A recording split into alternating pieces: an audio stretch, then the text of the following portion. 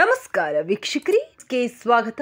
ನಾನು ನಿಮ್ಮ ಸ್ವಾತಿ ಎಣ್ಣೆ. ಹುಬ್ಬಳ್ಳಿ ಮಾದಕ ವಸ್ತು ಗಾಂಜಾವನ್ನ ಅಕ್ರಮವಾಗಿ ಸಾಗಿಸುತ್ತಿದ್ದ ನಾಲ್ವರನ್ನು ಹುಬ್ಬಳ್ಳಿಯ ಬಳಿ ಉಪನಗರ ಠಾಣೆ ಪೊಲೀಸರು ಗುರುವಾರ ಬಂಧಿಸಿದ್ದಾರೆ. ಆಕಾಶ್ ಗಂಗಣ್ಣವರ್ 19 ವರ್ಷ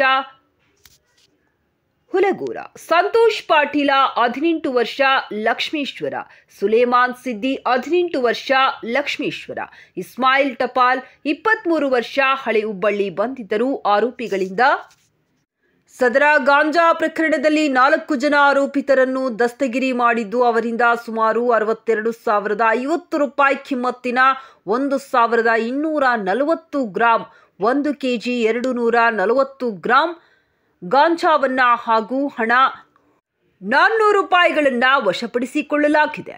ಕಸಬಾಪೇಟ ಹುಬ್ಬಳ್ಳಿ ಗ್ರಾಮದ ವ್ಯಕ್ತಿಯೊಬ್ಬನಿಂದ ಗಾಂಜಾ ಖರೀದಿಸಿದ್ದ ಆರೋಪಿಗಳು ಹುಬ್ಬಳ್ಳಿ ಮತ್ತು ಗದಗದಲ್ಲಿ ಮಾರಾಟ ಮಾಡಲು ಮುಂದಾಗಿದ್ದರು. ಈ ಕುರಿತು ಸಿಕ್ಕ ಮಾಹಿತಿ ಮೇರೆಗೆ ಉಪನಗರ ಠಾಣೆ ಇನ್ಸ್ಪೆಕ್ಟರ್ ರಾಘವೇಂದ್ರ ಹಳ್ಳೂರು ನೇತೃತ್ವದ ತಂಡ ಕಾರ್ಯಾಚರಣೆ ನಡೆಸಿ ಮಾಲು ಸಮೇತ ಆರೋಪಿಗಳನ್ನ ಬಂಧಿಸಿದೆ ಎಂದು ಹೇಳಿದರು.